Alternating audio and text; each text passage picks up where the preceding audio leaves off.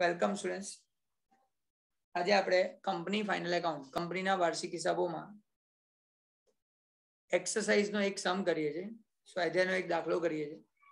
Page number 151 સમ number 8 દાખલા number 8 આપેલો છે. કંપની ફાઇનલ એકાઉન્ટ કંપનીના વાર્ષિક હિસાબો.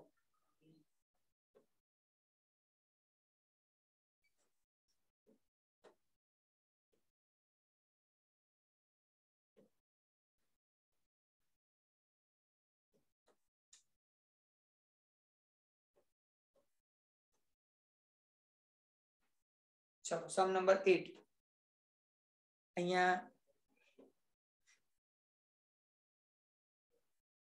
કોણ વાંચશે ઇંગ્લિશ મીડિયમમાં? ક્વેશ્ચન વાંચ, ધ્યાની ચાલુ કરો.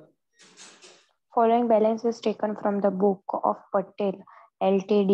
A prepared statement of P&L for the year ending 31/3/2017 as per the Schedule 3 of Companies Act 2013. ચલીના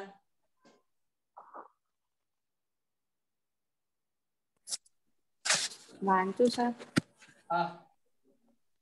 તારીખ 31/3/2017 રોજ પૂરા થતા વર્ષ માટે પટેલ લિમિટેડ માહિતી પરથી કંપની દ્વારા 2013 પરિસ્થિતિ 3 મુજબ નફા નુકસાન પત્રક તૈયાર કરો. કંપની એક્ટ 2013 નો કાયદો છે એ પ્રમાણે બનાવો એવું આપણને કહે છે. આપણે એ પ્રમાણે બનાવીશું. હવે પીએનએલ સ્ટેટમેન્ટ નફા નુકસાનનું પત્રક એની અંદર શોર્ટમાં સમજાવી દઉં છું. પહેલા ઇન્કમ આવક લખાય છે, પછી નીચે એક્સપેન્સીસ લખાય છે, ખર્ચા લખાય છે. ઇન્કમ માંથી એક્સપેન્સ માઇનસ કરો, પ્રોફિટ મળે. પ્રોફિટ માંથી ટેક્સ પ્રોવિઝન કરવેરાની જોગવાઈ માઇનસ કરો નફામાંથી, એટલે આપણને પ્રોફિટ આફ્ટર ટેક્સ કરવેરા પછીનો નફો મળે. બસ સિમ્પલ વસ્તુ આટલી જ. આપણે એક બી સમ કર્યો નથી ને આને રિલેટેડ કે કર્યો છે? ના. ઓકે. હવે અહીંયા ઇન્કમ આવકના બે ભાગ છે. મને આન્સર જોઈએ છે પ્રથમ પાસેથી. બોલ બેટા પ્રથમ. પહેલા બેના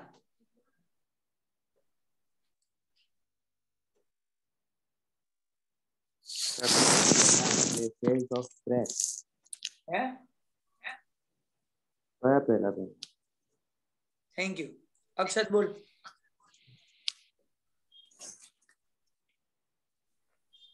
હા સર, ફર્સ્ટ આવશે આપણે શું કહેવાય ઓબ્જેક્શન. સર મને યાદ નથી, હું હમણાં. Thank you. મહર્ષિ બોલ.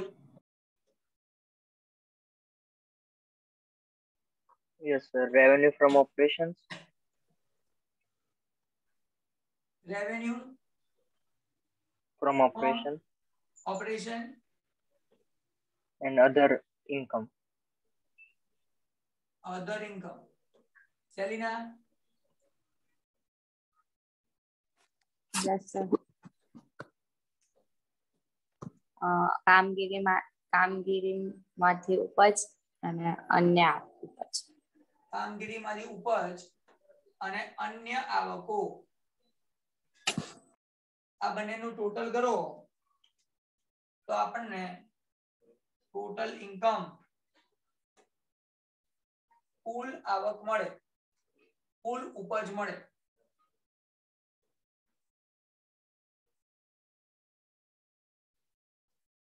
ચલો એક્સપેન્સ. ખર્ચામાં પહેલા 3 એક્સપેન્સ મેં શીખવાડ્યા છે એ પ્રમાણે ધ્યાની બોલ. Purchase અને COGS. ના એકલું પરચેસ આવશે. COGS અલગ છે. આવતા પાછા. પરચેસ પછી change in stock, opening minus closing. અને થર્ડ ડાયરેક્ટ એક્સપેન્સ. આ 3 એક્સપેન્સ એમાંથી આવે? Trading. Very good. સેલિના? ખરીદી સ્ટોકમાં ફેરફારના પ્રત્યક્ષ ખર્ચ. સ્ટોકમાં ફેરફાર કેવી રીતે મળે? શરૂનો સ્ટોક માઇનસ આખરનો stock. Opening stock minus closing stock, શરૂનો સ્ટોક માઇનસ આખરનો સ્ટોક. આ ત્રણનું ટોટલ કરો એટલે COGS થાય. કોસ્ટ ઓફ ગુડ સોલ્ડ, વેચેલ માલની પડતર. આ ત્રણ ખર્ચા.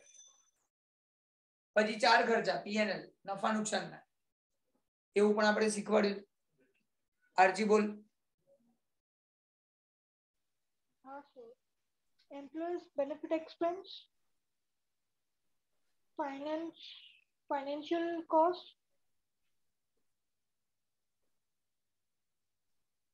depreciation, and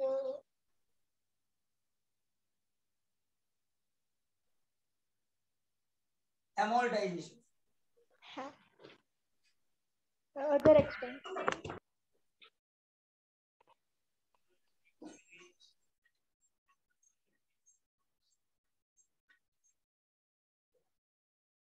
ગુજરાતીમાં બોલ. કર્મચારી લાભના ખર્ચા, નાણાકીય પડતર, ઘસારો અને માંડી વાળેલ રકમને અન્ય ખર્ચ.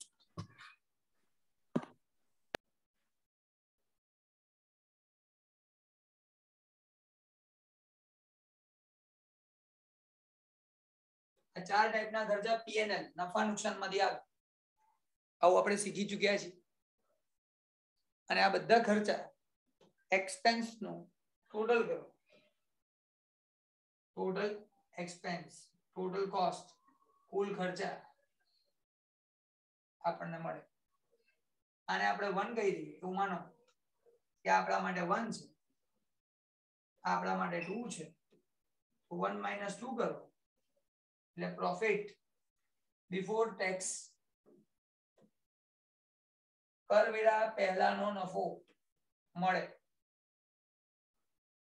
આમાંથી tax provision, provision for tax, કરવેરાની જોગવાઈ માઇનસ કરો એટલે પ્રોફિટ આફ્ટર ટેક્સ, કરવેરા બાદનો નફો મળે. આટલી વસ્તુ આપણને ખબર હોવી જોઈએ. જો આ ખબર હોય તો સમ કરવામાં સહેજ બી વાર નહીં લાગે. પરફેક્ટલી સમજાઈ જશે. હવે સમ વાંચવાનું સ્ટાર્ટ કરીએ અને અહીંયા જ્યાં જ્યાં એડ કરવાનું એ કરતા જઈએ. ચલો સ્ટાર્ટ કરો. ધ્યાની. હા sir. Sales of scrap, ₹10,500. Gujarati. ભંગારનું વેચાણ 10,000. ભંગારનું વેચાણ. ચલો ઇન્કમ છે કે એક્સપેન્સ છે પહેલા એમ કેજો. આવક છે ખર્ચો? Income. ઇન્કમ. અચ્છા બિઝનેસ ની છે કે અધર છે? Business. કોઈ અધર કે છે, કોઈ બિઝનેસ કે છે. આ રેવન્યુ ફ્રોમ ઓપરેશન, કામગીરીની ઉપજ, એ બિઝનેસ ની કહેવાય, સેલ્સ. બાકી બધું અધર કહેવાય. ક્યાં લખું? અધરમાં. એ લખો 10,500 અને અહીંયા લખવાનું સેલ ઓફ સ્ક્રેપ, ભંગારનું વેચાણ. લખી નાખો. પતિ. બોલો પછી next. Cost of material consumed, ₹1,87,500. વપરાયેલ માલની પડતર 1,87,000. 1,87,500. 1,87,500, 1,87,500. હવે આવું કોઈ નામ આપણને ખબર નથી તો આપણે તો શું કર્યું ખબર છે? એ જ નામ. વ્રજ બેટા બેસજે 1 મિનિટ, કામ છે, વાત કરીએ છીએ. હા સર.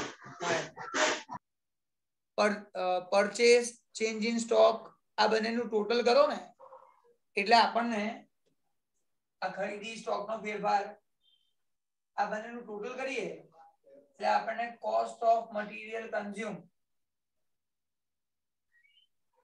વપરાયેલ માલની પડતર મળે. એટલે આપણે આ બે નામ નહીં લખવાના, એક જ નામ લખવાનું, કોસ્ટ ઓફ મટીરિયલ કન્ઝ્યુમ વપરાયેલ માલની પડતર 187,500. બસ આવું કરવાનું. ચલો next.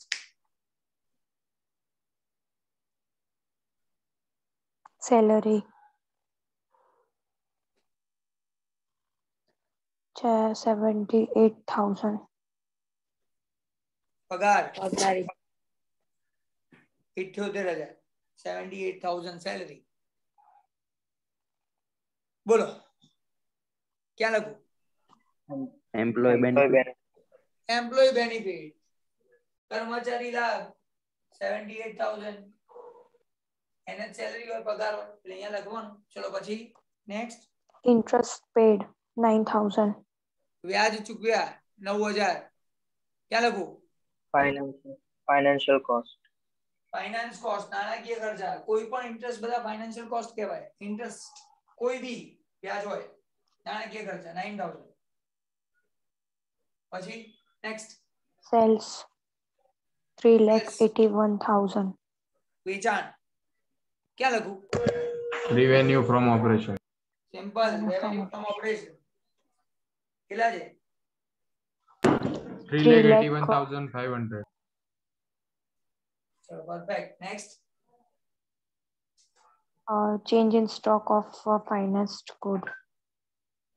Change in stock for Finished. Finished goods. Finance goods નહીં, ફિનિશ ગુડ્સ યાર. ક્યાં? હા એટલે બોલાઈ ગયું સર, ફાઇનાન્શિયલ બધું મિક્સ થઈ ગયું. અચ્છા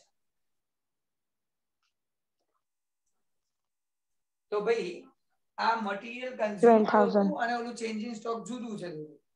એ ફિનિશ ગુડ્સ એટલે કે તૈયાર માલના સ્ટોકનો ચેન્જ ઇન સ્ટોક છે. એવું લખવાનું અલગથી, આની નીચે બીજો નામ. બોલો કેટલા છે? 12,000. જેવું લખ્યું છે એવું લખી નાખવાનું, આપણે બહુ ચિંતા કરવી નહીં. Next. Office and administration expense. Office and administration expense, office અને વહીવટી ખર્ચ. ક્યાં લખું? Other expense. Other expense. Other ex નાખી દો અધરમાં. કેટલા? 15,600. 15,600. નેક્સ્ટ. Depreciation ઘસારો આલી. 84,000. પછી Provision for tax on profit is 30%. તો એ તો આપણે 30% ગણીશું ને, 30% ગણવાના છે. અહીંયા લખી રાખીએ કે આના અહીંયા જે આન્સર આવે એના 30%, 30% ગણીને અહીંયા મૂકી દઈશું. પછી પતી ગયું. સમ પૂરો થઈ ગયો. ચલો ટોટલ કરો. 3,92,000. આ આપણને ટોટલ ઇન્કમ કુલ ખર્ચ આવક મળી. હવે આ બધાનું ટોટલ કરો. 1 2 3 4 5 6 આનું ટોટલ કરો. 3,86,100. હવે આ મારી ઇન્કમ છે, આવક છે, આ ખર્ચો છે. આ ઇન્કમ માંથી એક્સપેન્સ માઈનસ કરો તો એટલે પ્રોફિટ મળે. 5,900. આના 30% ટેક્સ પ્રોવિઝન, 30% કરવે. 1770. 1770. આ માઈનસ 70 77 1770 5 હટાડ દો બસ. 1770 ये माइनस कहीं बोलो. 4130. 4130. આ થયો મારો પ્રોફિટ આફ્ટર ટેક્સ કરેલા બાદનો નફો. અને અહીંયા મારું પીએનએલ સ્ટેટમેન્ટ કમ્પ્લીટ થઈ. આજે આપણે બહુ ના કરી શક્યા પણ જેટલું બી કર્યું ઓકે. અહીંયા મારે લેક્ચર ઓવર કરવો પડશે. So bye bye. Be ready in next lecture with balance sheet. પાકા શ્રેયા સાથે તૈયાર રહેજો.